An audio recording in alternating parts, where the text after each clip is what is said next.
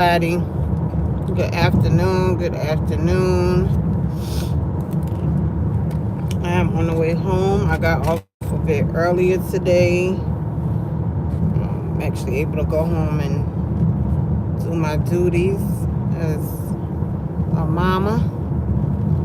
But this is the evening foundation conversation with your girl Mo. I am the foundation layer coach. I am greatness, and my testimony changes the world. I am so grateful to be here once again, especially after this morning where I get to tap in with you all.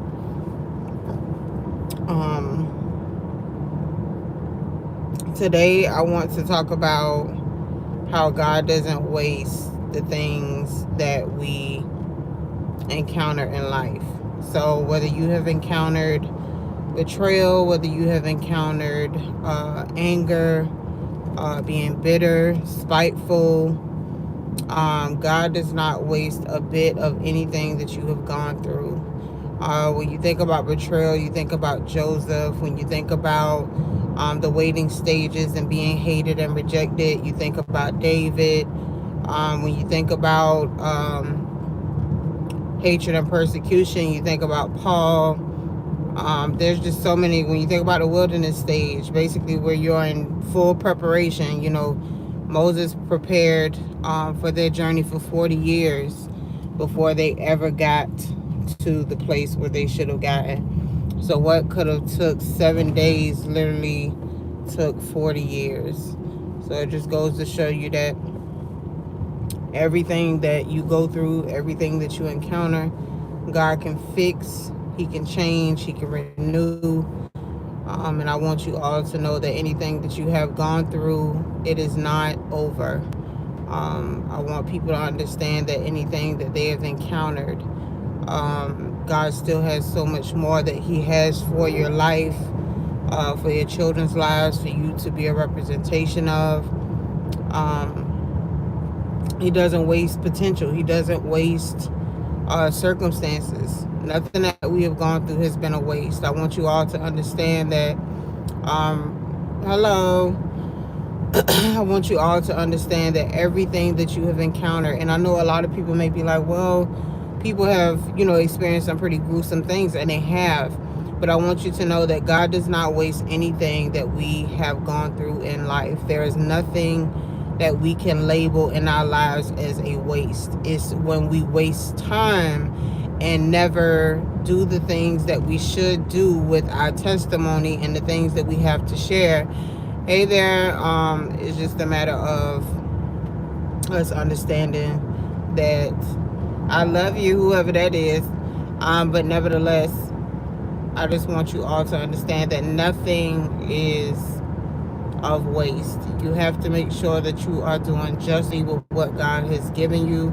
We do not want to be servants who buried what God gave us, which is our gifts. Our gifts are literally the pride and joy of something that nobody else on this earth has. You have something that somebody wish that they can encounter, something that they wish that they had within. And I want people to start understanding that it is no longer, we don't have any more time to sit around and figure out what we're supposed to be doing. We have to tap in spiritually and get ready to use our gifts, because so many people have been waiting for you to show up. You are designed to change the lives of so many, and they need you.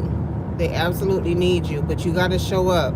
When you show up, people can do the best of the best, because whatever you have inside, nobody else has.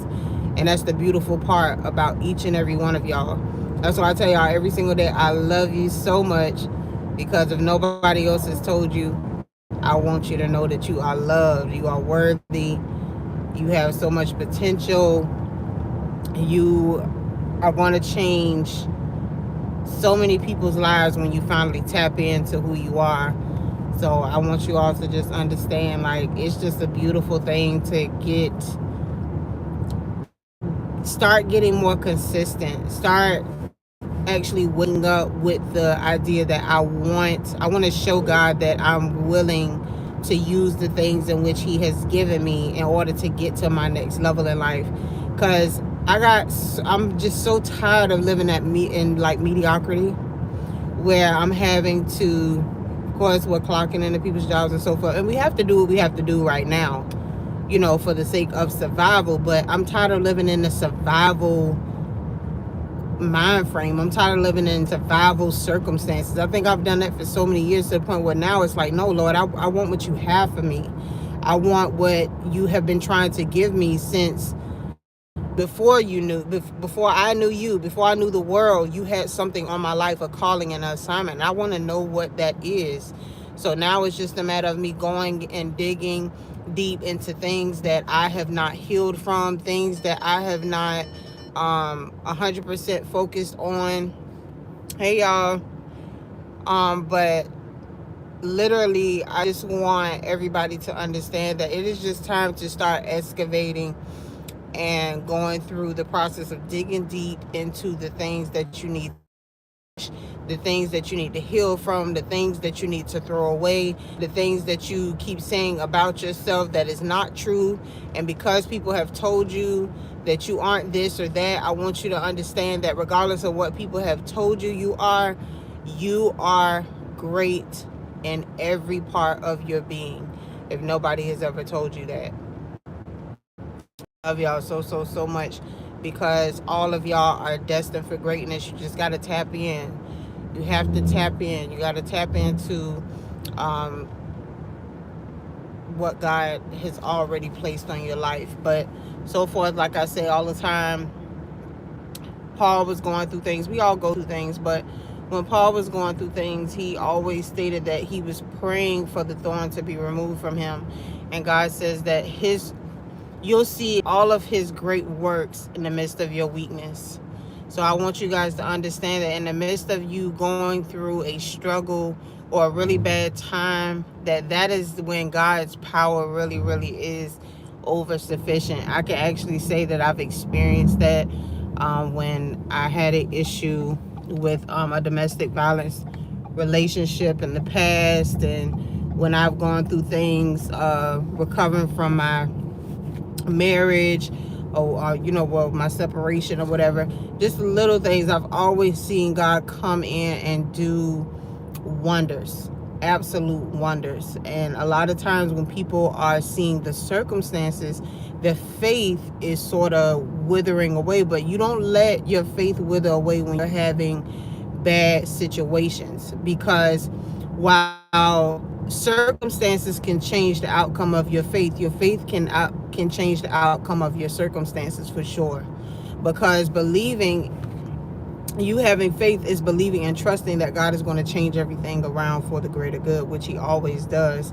But people have a hard time when they are seeing things face to face and seeing the hardships. It's just like, no, this isn't gonna work. It's hard. Sometimes it's hard for people to fathom having faith in the most devastating situations, but you cannot let the circumstances be the last and final view of how you see things. Because my God, I have been through some stuff, y'all. When I look back on my life, when I look back on all the things that I've gone through, I can honestly tell God, I am so grateful that he kept me. I'm so grateful that he literally loved on me and he was with me every step of the way, that he carried me through some stuff that I didn't think that I was going to get through. And I know you all have the same probably testimony as me. Some things that y'all probably feel like, dang man, if I share this, like, people wouldn't even believe it. I know that you all have come through some very great times, but I want you to continue to keep your faith.